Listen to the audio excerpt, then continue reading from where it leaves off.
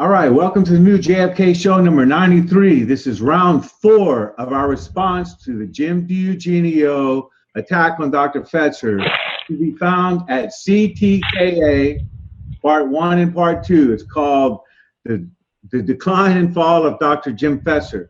All right, so tonight we'll be responding to part 2 if you're going to be following along. So Dr. Fetzer, I know you loaded for bear. You've got at least 60 slides, so let's go ahead and ring the bell for round 4. Thanks, Gary. Yeah, here's the first slide, which is just general to, identifying myself. This is an author page on Amazon.com. Part 2.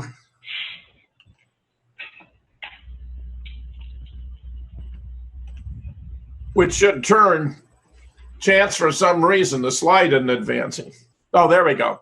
It's not, he doesn't even include Dr. Jim Fetzer. It's just the decline and fall of Jim Fetzer, part 2.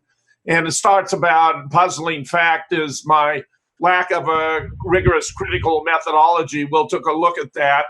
Talking about people, embracing people like Judith Baker, Ralph Sinkay, Peter Janney in his book, Mary's Mosaic. And he talks too about Phil Nelson's work, LBJ Mastermind of JFK's assassination, which I have praised as a masterpiece. So let's take a look here. We notice that DiEugenio frequently cites individuals who are very familiar to the community, such as Josiah Thompson, where the first to call out Josiah was in fact Vincent Salandria, when he discovered that he concludes his book 6 Seconds in Dallas by denying there's anything there that supports conspiracy. We know, of course, that he has been a champion of the claim that the book, that the Zapruder film is authentic. And it's remarkable to me how this man has not only claimed to be an expert on the authenticity of the film, but overlooked that in frame 374, you can actually see the blowout, which means that the film is not even internally consistent. Here you see a contrast between frames on the left where the blowout's been blacked out and on the right in frame 374 where it can be seen. In addition, of course, Josiah has argued that the chain of custody made it impossible for the film to have been altered, ignoring the fact that those who had custody were complicit in the alteration, which is the simple evisceration of his position, where Doug Horn has established that the original was brought to the National Photographic Interpretation Center on Saturday, the 23rd, an 8mm already split film that had been developed in Dallas, and that the replacement was brought to the National Photographic Interpretation Center on Sunday, the 24th, a 16mm unsplit film where the substitution was effected. He also cites Robert Groden, whom we have discovered also maintains that the film is authentic. Over and beyond that, although he is described as a harsh critic of the Warren Commission, he served as a photographic consultant to the House Select Committee on Assassinations and advised them that the shirt, the red and black checkered shirt that he claims Billy Lovelady was wearing was a closer match to Doorman's shirt than was Lee Oswald's shirt, where Judith Barry Baker in her pixelation study demonstrated that to be completely wrong. It's difficult to take Groden very seriously when he, claiming to be an expert on photographs and films, can't even spot the bullet hole in the Alchin 6, which you can see on the left, where narrow. It's visible where JFK's left ear would be if his left ear were visible as a small white spiral nebula with a dark hole in the center, but rather supports the spider web crack on the right circled in orange, which the Secret Service would later produce. We know the windshield, the limousine was sent back to Ford. It was stripped down to bare metal and completely replaced. Doug Weldon even tracked down the official and replaced the windshield who confirmed the through and through bullet hole.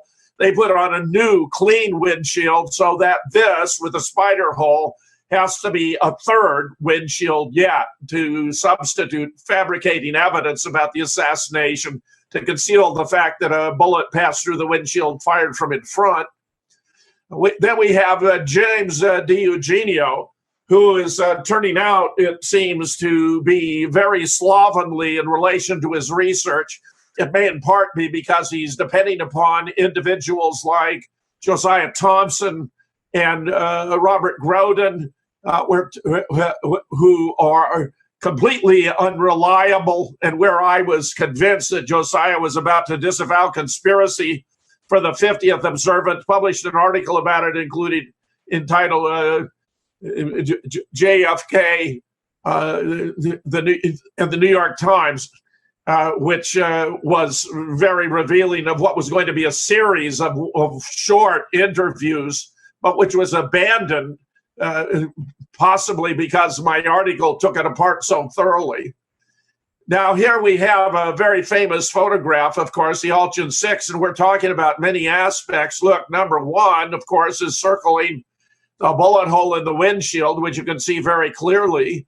Number two, of course, is the man in the doorway, Lee Oswald. We've already demonstrated that doorman was indeed Lee Oswald. Number three is the window in the Dow Tex, and I noticed that the circles have slid slightly downward. They should be slightly higher, from which three rounds were fired by Nestor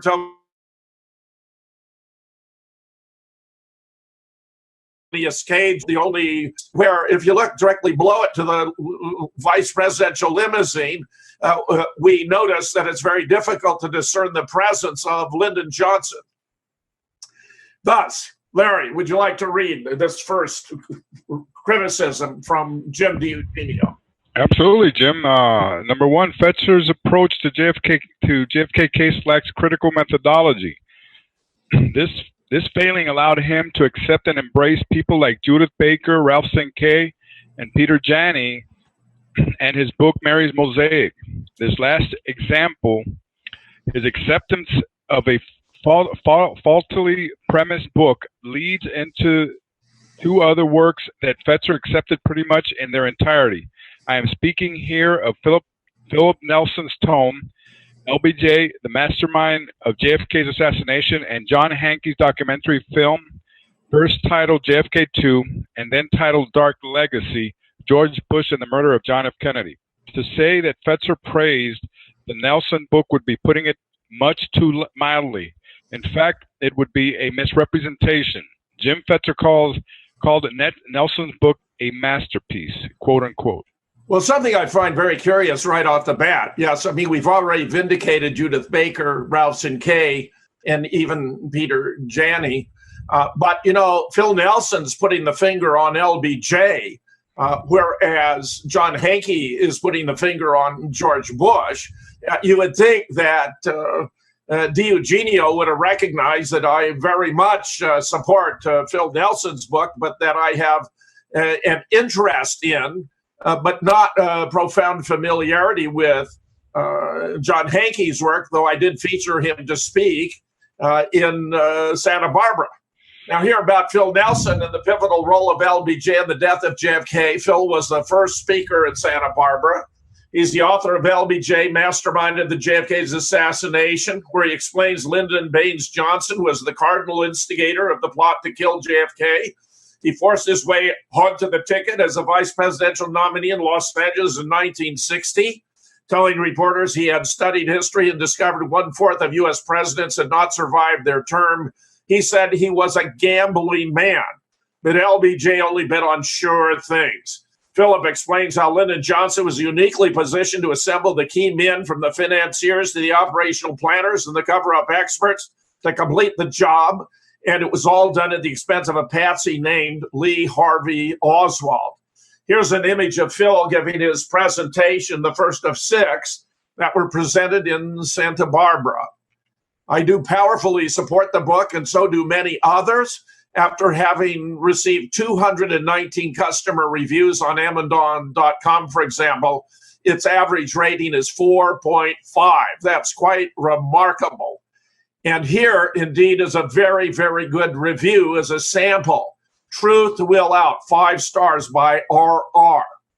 This is a profoundly important book and an overdue book for reasons the author delineates in his work. In the U.S., it's called American Exceptionalism, propaganda, disinformation, and societal-wide denial. Interestingly, it is said after the assassination, many Europeans looked at LBJ as being the perpetrator, since they did not wear the historical and ideological blinders of most in the U.S. I read a text that looks at Lyndon when it came out in 1964. I was 14 and interested in politics and philosophy. I read Best Evidence when it first came out 30 years ago, and dozens of books and hundreds of research papers on the assassination. I have long known that LBJ was deeply involved, as clearly indicated by his behavior before, during, and after the event, despite hardly any significant research is willing to go even that far.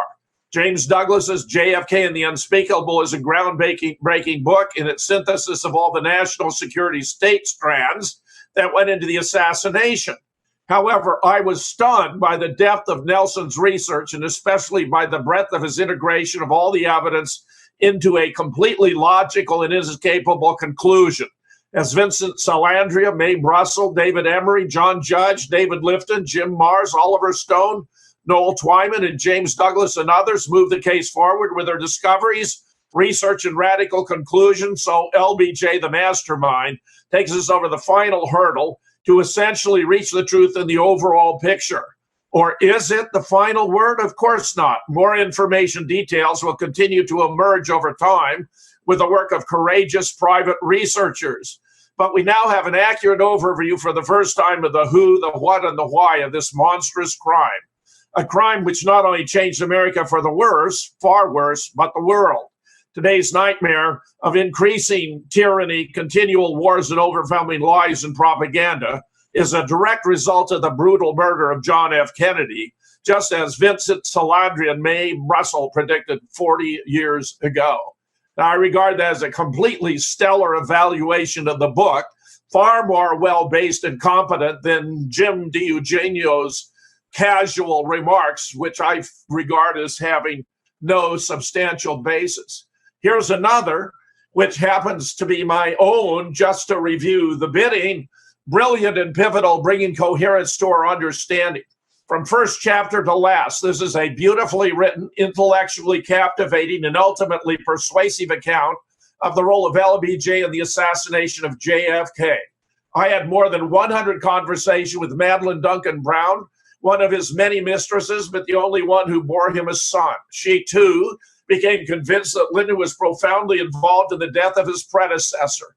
On New Year's Eve, 6 weeks after the assassination, they had a rendezvous at the Driscoll Hotel in Austin, where she confronted him with rumors rampant in Dallas at the time that he had been involved, since no one stood to gain more personally.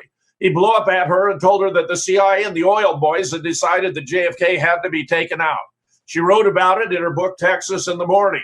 Her account has been reinforced by Billy Saul Estes, the Texas wheeler dealer who made mountains of money for Lyndon, Conley, and their buddies, who explains in his book, A Texas Legend, how he became convinced that Cliff Carter, LBJ's chief administrative assistant, and Malcolm McWallace, his personal assassin, by whom Lyndon had a dozen or more persons terminated, including one of his sisters, have been personally involved. E. Howard Hunt, in his last confessions in Rolling Stone, explained to his son St. John that LBJ, Cord Meyer, William Harvey, David Sanchez Morales, and others in the CIA had been involved in the assassination. For an overview, enter John F. Kennedy, History, Memory, Legacy, and Download, Chapter 30, or visit Reclaiming History, a Closed Mind Perpetrating a Fraud on the Public, and you will understand the context within which it took place. For a short course, try Reasoning About Assassinations via Google. I also recommend James Douglas, JFK, and the Unspeakable. Both make profound contributions to the case. Larry. Okay. CTKA. Let's start again. Green reviews Nelson's book for CTKA, Sitka. As the reader can see by reading that review, we were at odds, again, with Professor Fetzer. To put it plainly, we found his unqualified endorsement of Nelson's book as a masterpiece, quote unquote, rather dubious. Since Green's review was published, 2 new discoveries have been made which weaken Nelson's thesis even more. Nelson stated with certainty that Johnson had ducked down in his trailing car as President Kennedy and Governor Connolly were being hit by shots during the assassination. This is in Nelson's book, page 471 to 478. He wrote that the Alton's photo proved this, since Johnson is not visible in the picture. Nelson then concluded that this showed that Johnson knew what was coming. To say that Nelson plays this up to large effect does not do his hyperbolic treatment justice. Putting out all the stops, he pretentiously labels this section in his book "The Hidden Key to Unraveling the Crime of the Century." That's not even enough. He then writes that it is prima facie proof of Lyndon Johnson's foreknowledge of the assassination. Ibid, page 476. Well, the fact is that there's a massive evidence, some of which I've already reviewed, where even Billy Saul recognized that Lyndon sent Cliff Carter as chief administrative assistant down to Dallas to make sure all the arrangements were in place for the assassination. The most important part of Phil Nelson's book is not this remark about the photographic evidence, which is relatively trivial in my estimation, but rather the early life of Lyndon Johnson, how he became infatuated, obsessed with power, so manipulative, learned to lie and cheat from the very beginning, and of course forced himself on the ticket in Los Angeles in 1960, even though he had not been on Bobby or Jack's long list, much less their short, by threatening to expose that Jack had had dalliances with beautiful women who were spies for East Germany, that he suffered from Addison's disease and was not expected to live a long, healthy life. And furthermore, asserted that if he were not on the ticket, that in his role as majority leader of the Senate, he'd bottle up any legislative proposals that were sent down from the White House that would be dead on arrival. We know more that I previously reviewed already in this series of rebuttals to James DiEugenio. Larry, I'm particularly interested in your assessment and more recent research about the Alton 6 in relation to the Lyndon Johnson limousine, where you have some new discoveries to share with us. And I'll just take one further. You tell me when to advance the slide. All right. Yeah, before we get started there, I wanted to make it clear that you can go to the Real Deal website, because Phil Nelson has already responded to this before. And he says that the guy that wrote that article or the review of his book had never even read the book. So if you want to know, there's a complete hour-long video at the Real Deal website. So I just wanted to let everyone know. Thank you, Gary. Larry. Yeah, Jim, this is the isolation of the Alton 6 photograph from that very well-defined Alton 6 version that we've presented before, that was provided by Dennis Semino, which is, once again, a much better and clearer version of the Alton 6. And it's clear that there is some kind of alteration there in the area where Lyndon Johnson would have been situated. To Lady Bird's right, correct? That's correct. And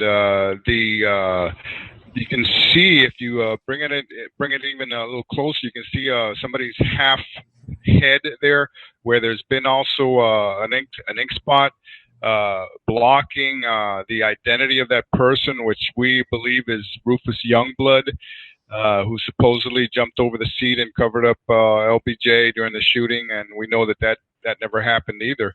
But we've already mentioned that B.J. Martin had spoken about his actions, LBJ's actions, where he had been listening to a walkie-talkie type radio, and he had been crouching down in the seat. And then when the cars turned onto Elm Street, he was ducking at the time. And now, if you advance the slide, what we have done is well, you can reiterate this criticism, which carries it forward.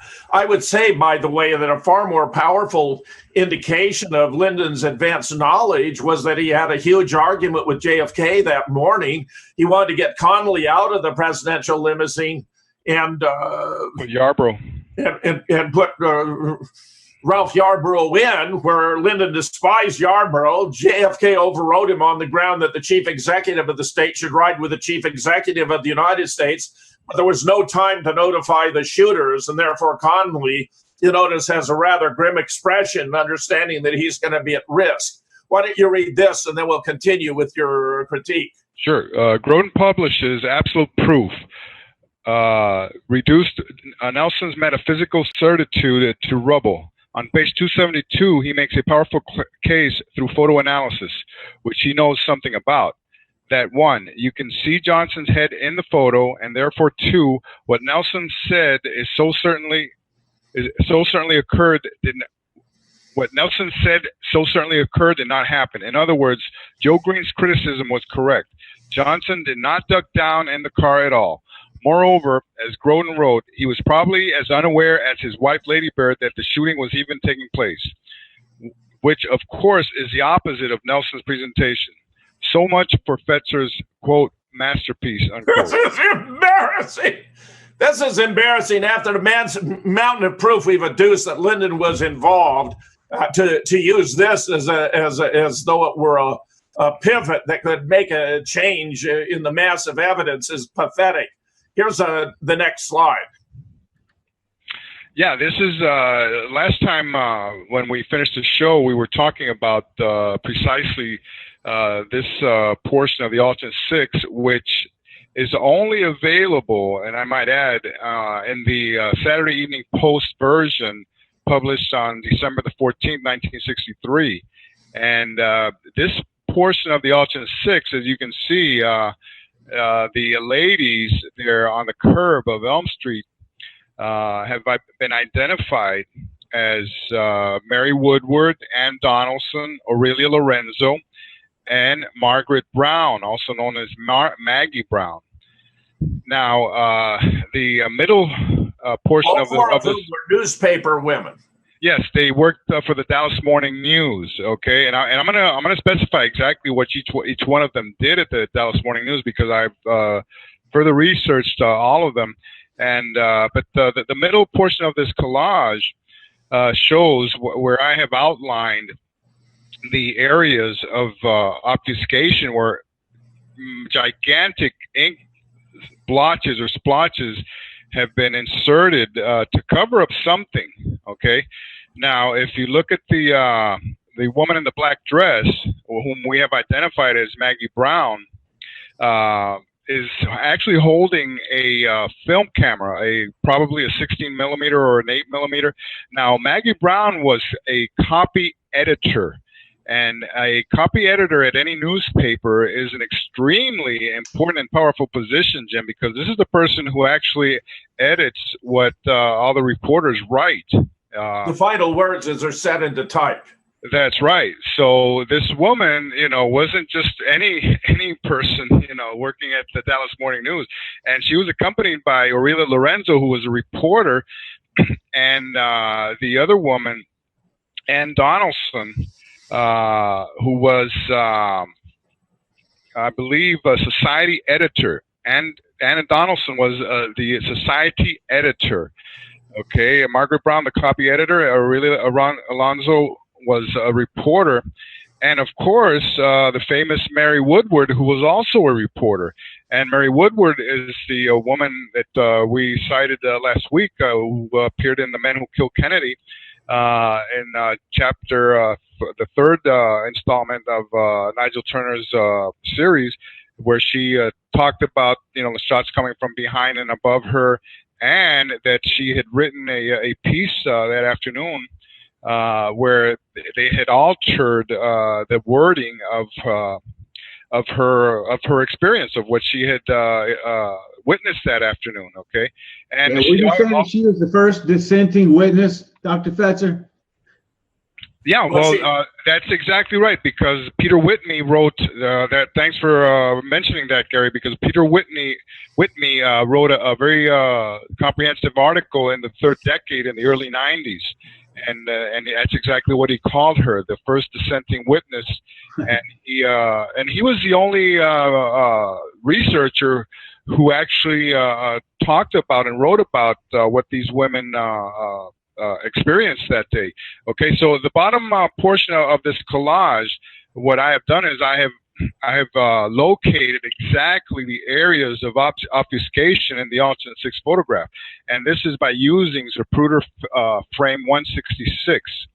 Okay, if you look closely, you'll see that there is no area, no dark area, covering these women here in the Zapruder film. So going back up to the middle, to the top 2 portions here of the collage, and when you compare those to the other angle of vision, which is from Zapruder's point of view, there's no area there of obfuscation.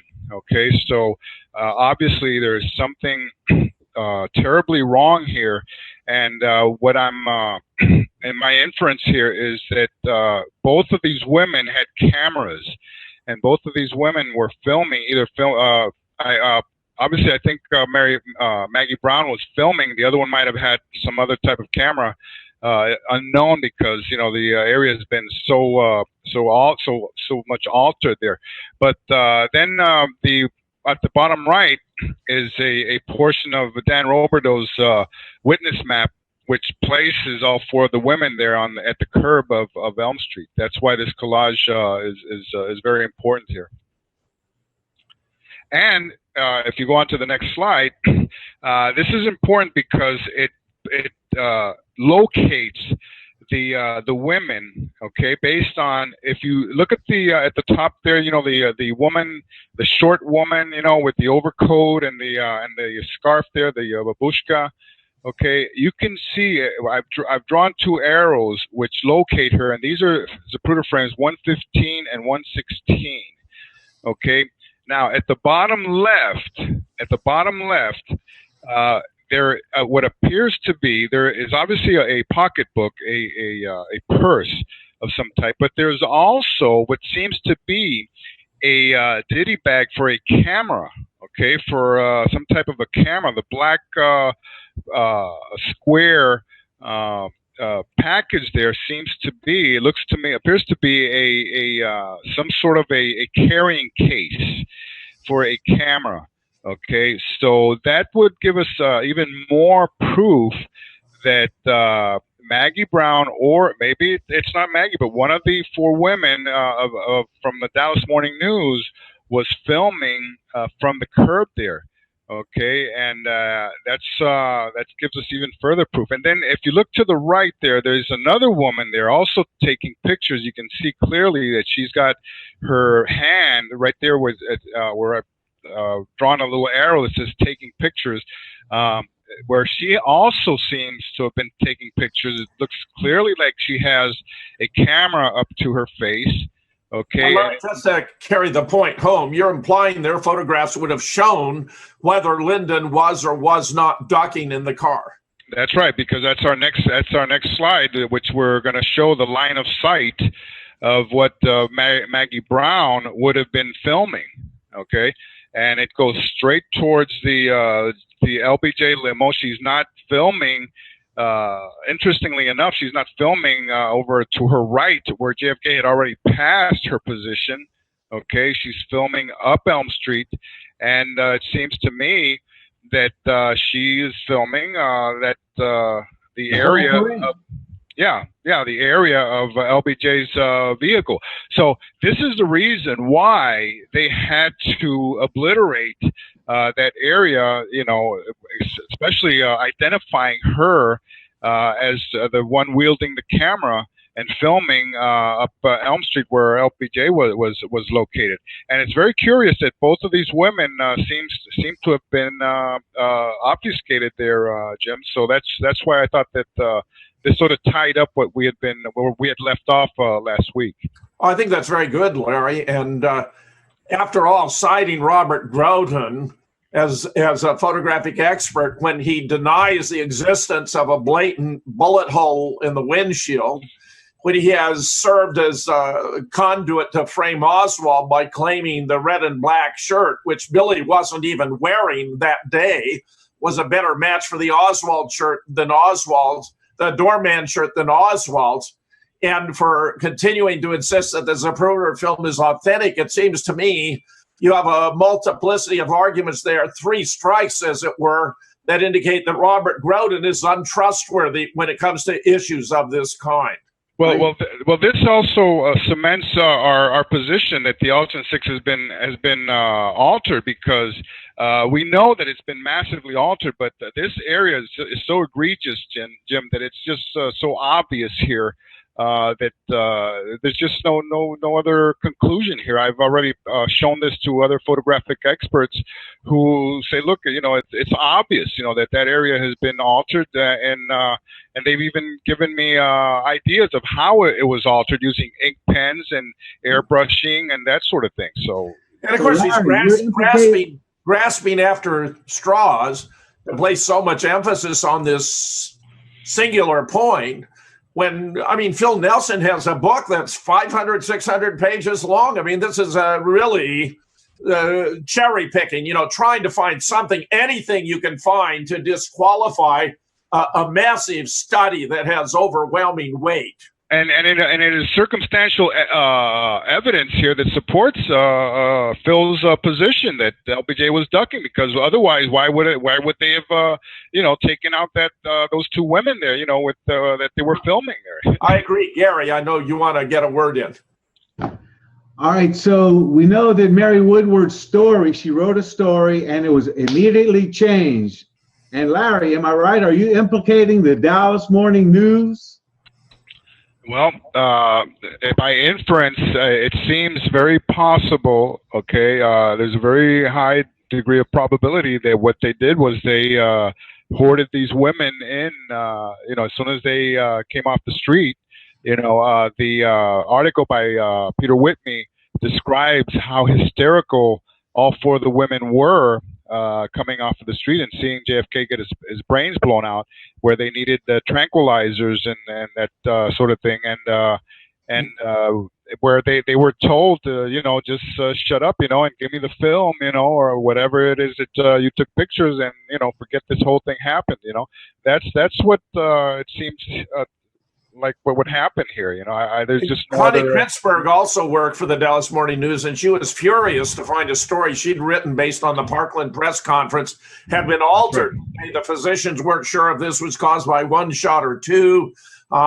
She had the description of the wound to the throat as an entrance wound, which Malcolm Perry described 3 different times. She was extremely upset about it and remains so to this very day. And it brings, like Gary said, the Dallas Morning News right in the center, of this whole controversy, because not only would they have been the entity that received Maggie's film, but they also received Alton's camera and his roll of film, and then sent Alton's over to a Parkland hospital immediately, where Alton's was not the person who developed his film, and he doesn't know exactly what happened to it after he gave it up at the Dallas Morning News. Yeah, I wonder what Michael Collins Piper would say about who's running the Dallas News. Yeah. How about point number 4 now? Joan Mellon and Mac Wallace fingerprint. The other cinching point that Nelson abided by in his book was the Malcolm Wallace fingerprint. This was the belated discovery by the late researcher Jay Harrison that Wallace's fingerprint was one of the unidentified prints found on the 6th floor. Nelson put this piece of information in his book. He then criticized others for not accepting it. Page 589 to 590. It turns out that he should have double-checked it first himself. Joan Mellon did that. Her computer analysis has shown that it is not Wallace's fingerprint. Her book on this subject and the whole Mac Wallace episode will be released this fall. The question in regard to our titular subject on this: how could anyone call this book a masterpiece? By doing so, Fetzer was placing his own credibility on the block with the book. Well, they've cited 2 claims, one about the not have ducked, Lyndon not have ducked, for which we've offered circumstantial evidence suggesting he actually had ducked, but where I'm pointing out that that's just, grasping after straws. And when Phil Nelson cites the fingerprint, he's citing many others, including Walt Brown, who made a very big point of this at the time, received a great deal of publicity, So is Jim DiEugenio now also faulting Walt Brown? Here we have a nice talk about the fingerprint itself. In 1998, A. Nathan Darby executed an affidavit in which he confirmed a match between a latent fingerprint found on one of the cardboard boxes that comprised the Texas Schoolbook Depository Sniper's Nest and the ink print of Malcolm Wallace. Subsequently, Darby's match has been criticized by some people who have the requisite qualifications to critique his work and by many who don't. A few observations on the debate that has surrounded the fingerprint issue follow based on wading through the mire of opinions over the year, with a significant caveat that I'm certainly not professionally qualified in this field. One, Darby originally identified 14 matching points between the inked and latent prints that were given to him. While there is some debate on the amount of matching points necessary to make a definitive judgment on the match, the FBI suggests 8. Some other countries require as many 16. U.S. courts normally will accept 10 to 12. A 14-point match testified to in court by a certified latent print examiner with proper experience and credentials will generally clinch a case. 2. Subsequently, criticism of Darby's match by fingerprint experts focus on dissimilarities between the latent and ink prints. Darby addressed these points directly, noting that Wallace had sustained an injury, a laceration, which upon healing created a non-corresponding area near the delta in the latent. Other criticism amounted to ignoring the pressure distortion created by hosting heavy boxes. Little or no substantive criticism was made of Darby's matching points. 3, Darby's match was a blind match. Another Texas-based fingerprint expert, E.H. Hoffmeister, when presented with the 2 prints that had been given to Darby, concluded that they were made by the same person. When he was told that the Kennedy assassination was involved, he backed off the identification. The experts who concluded the match was in error all knew the consequences of a positive match. In a perfect world, this would not be important. In this world, unfortunately, even forensic judgments made by experienced scientists can be colored by many factors. The only 2 blind, scientifically proper submissions of latent print from the book carton and the ink Wallace print resulted in a match. I think those blind matches really are the weighty ones. Clearly, those are the ones untainted by political, emotional, or other considerations. Here we have the actual prints that were matched. And now I would say, therefore, that as a criticism of Phil Nelson's work, that it's a failure. It doesn't establish the point. Fetzer grasping at straws. But what does Fetzer's lack of circumspection and gravitas do for the rest of the interested public?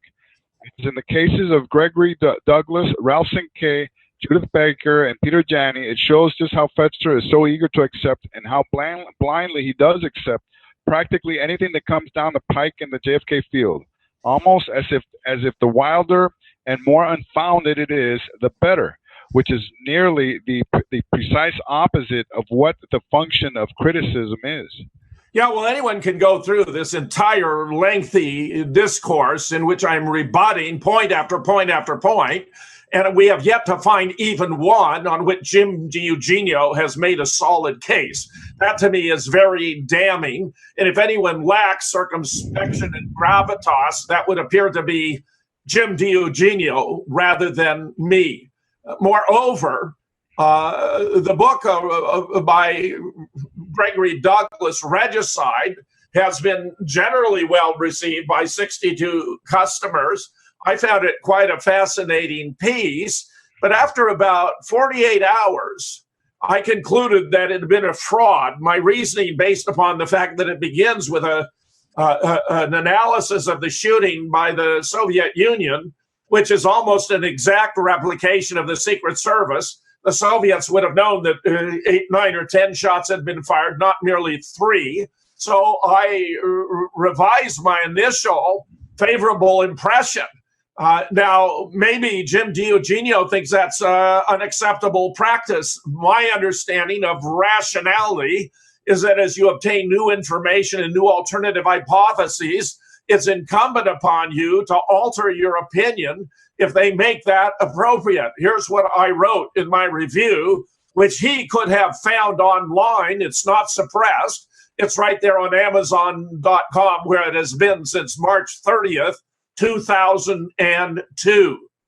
Regicide promises several new documents related to the death of JFK. One, an English translation of an undated study by the Soviet Union. Two, a 20 April 1978 Defense Intelligence Agency study. Three, a summary of Operation Zipper, dated 22 November 1963. And four, Gregory Douglas's own critical comments and critique.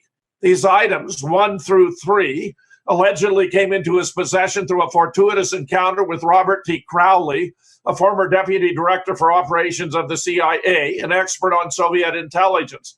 Douglas claims to have had extensive conversation with Crowley from 1993 to 1996, when his health took a bad turn. He died in 2000. According to Douglas, Crowley had taken numerous documents with him upon his retirement from the CIA and occasionally shared them with various historians. As he came to trust Douglas, he became increasingly forthcoming, especially about the sequence of events that led to the death of John Fitzgerald Kennedy.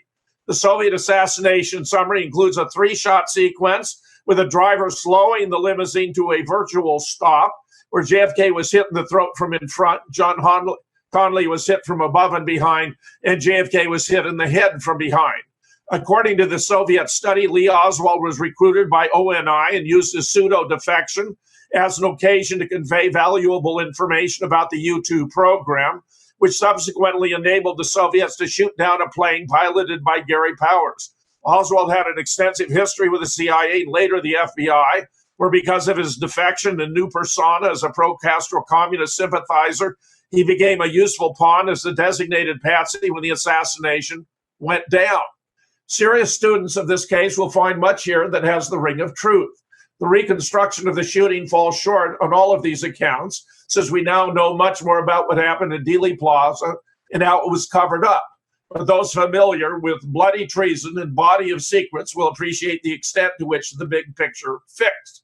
One of the most disturbing aspects of Zipper, however, is a set of 5 appendices, not included, alleged to be photographs of JFK in sexual situations with various of his alleged paramours. These were supposedly to have been given out as mementos, but that defies credulity. What politician would run such a risk? Surely not JFK. The very existence of the Zipper document is likely to generate the most controversy, since it's difficult to imagine that the principals of the assassination would record their meetings about it. This appears to be a case in which documents that appear to be too good to be true are indeed too good to be true. Douglas maintains that Crowley's willingness to assist him in these ways was largely motivated by a driving desire to attain a sense of exoneration, by explaining why he and others who played crucial roles were convinced that JFK had to be removed. He offers a chilling scenario. The skeleton of this account may well be true, but the documents on which it is based appear to have been fabricated. The corrupt objective, alas, may be to present a largely accurate account based upon phony records whose exposure as forgeries is meant to discredit the account itself. I wish it were not so, but that is how things appear. I must say, if Jim DiEugenio is going to undertake a criticism of me and fault me in relation to regicide, he ought at least to acknowledge that I had reconsidered my initial favorable impression and had published a revised evaluation with a 1-star review as long ago as 2002. That's a form of suppression of evidence that makes his case overwhelmingly weaker in this instance, and is an indication of the slipshod method, the full lack of a critical methodology employed by Jim DiEugenio.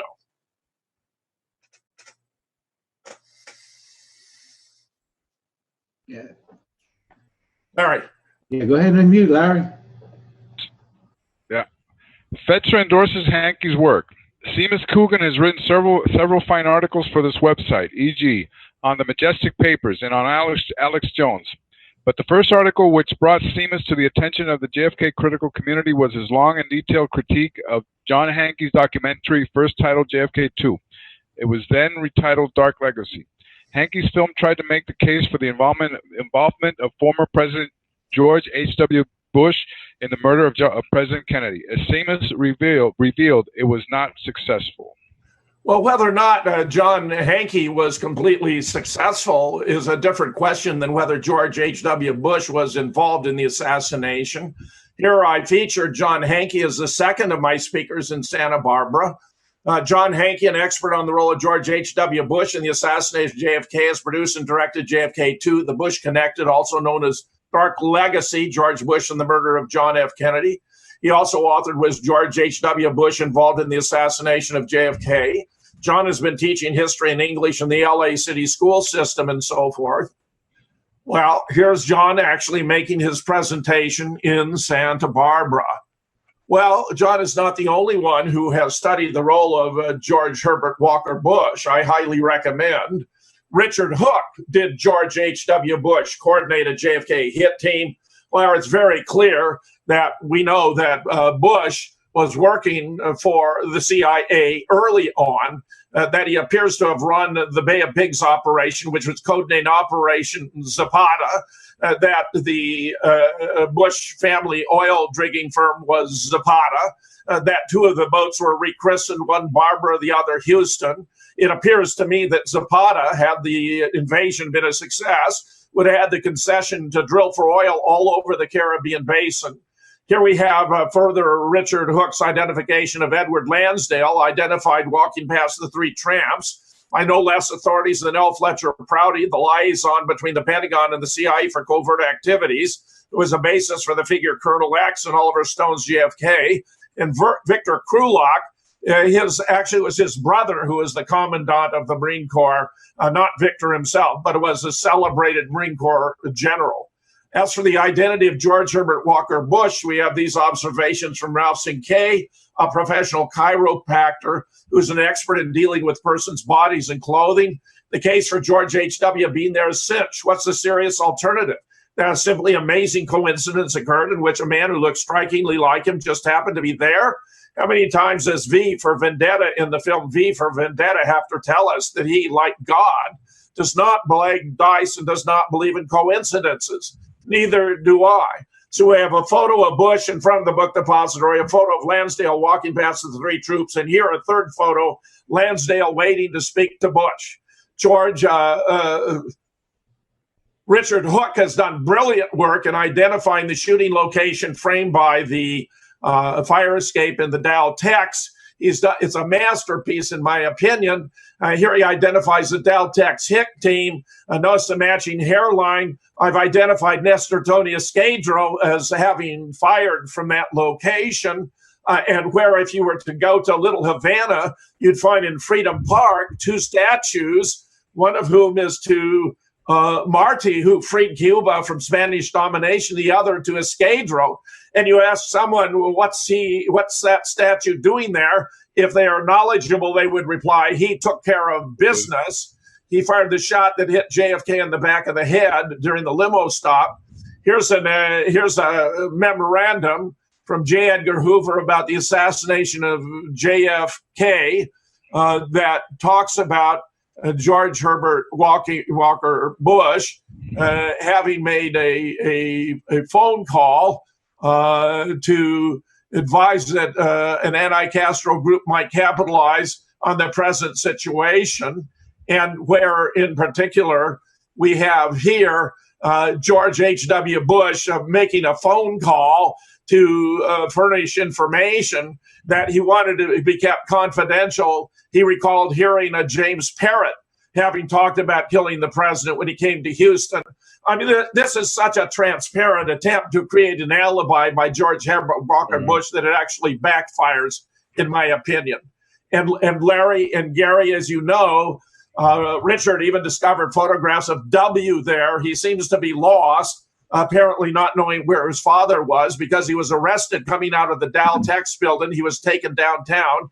He identified himself as an independent Houston oil man. He was never booked and then returned to Dealey Plaza, where he awaited the arrival of General Edward Lansdale, who many of us regard as a person who actually organized the assassination in terms of positioning the shooters and determining the sequence of shots. Yeah, it's never been disputed that he was in Dallas that day. In fact, he advertised in the paper that he'd be speaking in Dallas, Texas. So it's not like we just made up out of the blue. He was in Texas that day, as was Richard Nixon. That's right. That's absolutely right. Well, my opinion of the previous slide where the Hoover memo, I thought is very damning and devastating because it seems to me that Hoover was in some manner documenting in writing that the CIA and George H.W. Bush were involved in this thing, Jim. I think it's the smoking gun here of this whole thesis here of George H.W. Bush being involved. Well, it's certainly clear that whether or not Hankey established the point, in my judgment, Richard Hook has established the point. And it's another indication of the slovenly approach of Jim DiEugenio that he's not looking at all of the available evidence. Now, it turns out that DiEugenio vastly broadens the scope of his interest in my work by turning his attention to Scholars for 9/11 Truth, which I founded in December of 2005. Larry, would you like to read the paragraphs below the heading for Scholars? Sure. In the 9/11 field in 2005, Fetzer teamed up with former Brigham Young professor Stephen Jones to form something called Scholars for 9/11 Truth. Jones is actually a scientist. He has a PhD in physics from Vanderbilt. Jones did postdoctoral work at Cornell and has worked at two linear accelerators, one at Stanford and one at Los Alamos. He also worked at a research lab from 1979 to 1985 and the Department of Energy for several years into the 90s. He is an acknowledged expert on fusion. In 2005, Jones presented a paper on his BYU-sponsored website attempting to explain the collapse of the Twin Towers by way of thermite explosives. Yet 1 year after Jones and Fetzer teamed up, they got a divorce. Why Fetzer would want to split from such a reputable scientist? He and Jones split over something that is literally hard to describe. I actually still do not understand it. Scientist split. In his own way, as far out as the Fetzer-Sinke Alchins altered photo to disguise Oswald nonsense. I first heard about it through Joseph Green, the Sitka correspondent who reviewed Philip Nelson's book for this website. Meeting with Lisa Peace and myself on a weekend he spent in L.A. several years ago, he told us, "Did you hear about what the 9/11 people are now proposing?" Since I did not follow that field, I said, "No, I didn't." Joe replied, "They are now saying that the towers were leveled by space beams. No plane hit them, and what people saw was a giant hologram." I said, "You can't be serious." Joe replied, "Yes, I am, and Fetzer is part of it." Yeah, but just what part of it I am is a very interesting question because, in fact, the thermite hypothesis, nanothermite, turns out to be hopelessly indefensible. I was already convinced of that by June of 2006. And therefore, later in the year, November 11th, 2006, I first interviewed Judy Wood because I believe Scholars had to broaden the scope of its consideration of alternative theories. In particular, here's a very important step. Turns out that for a high explosive to blow apart a material, its detonation velocity has to be greater than the speed of sound in that material. But the speed of sound in concrete is 3,200 meters per second, and in steel, 6,100 meters per second, where the highest detonation velocity attributed to nanothermite is only 895 meters per second, meaning you can't get there from there. It's a hopelessly indefensible hypothesis. I would publish 3 articles with T. Mark Hightower about it. And with regard to Judy Wood, just to ever so briefly introduce this subject, which we will obviously continue next week. I originally gave a 5-star review because of the comprehensive way she brought together an enormous quantity of evidence. But after the Vancouver hearings, I observed then in passing that she had not excluded mini or micro nukes, and that drew thousands of comments. After the Vancouver hearings in 2012, I revised it to a 3-star review, which I shall now read. Impressive but severely flawed argument by elimination. Rather than advance a theory of her own, Judy Wood, PhD, has brought together an enormous quantity of high-quality evidence that functions as a partial foundation for evaluating alternative explanation. What she has done has classically been referred to as a prolegomenon, or as a prelude to further research. The word indirect belongs in her subtitle, since indirect evidence of directed free energy technology on 9/11 is a less misleading and closer approximation. She demonstrates that the Twin Towers cannot possibly have collapsed, and that some massive source of energy was required to blow them apart and convert them into millions of cubic yards of very fine dust. That also cannot have been done by thermite, nanothermite. She offers reasons for doubting that it was done by using nukes, but her arguments actually only rule out large nukes in the sub-basements, not sophisticated arrangements of micro or mini nukes. New evidence based upon the U.S. Geological Survey's dust samples indicates that the destruction of the Twin Towers was primarily a nuclear event. The most important defect in her book is the failure to report or come to grips with the presence of barium and strontium, thorium and uranium, lithium, lanthanum, yttrium, chromium, and tritium, where she mentions the latter but inexplicably minimizes the values for tritium that were obtained, which was scientifically irresponsible. The idea that directed energy weapons were used is seriously underdeveloped, where her strongest claim is that DEWs provide vastly more energy than conventional explosives and can be directed. Anyone familiar with the gross observable evidence knows the former to be true, or mini or micro nukes, not to mention a new positron antimatter technology, satisfy both conditions. For the latest on BEST and how it was done, serious students should check out the Vancouver hearings. I am not done responding to DiEugenio's hopelessly inadequate discussion of Scholars for 9/11 Truth, which will continue next week. Gary. You're listening to the new JFK show. We've got Larry Rivera, Jim Fetzer, Gary King, and we'll be back for another round next week.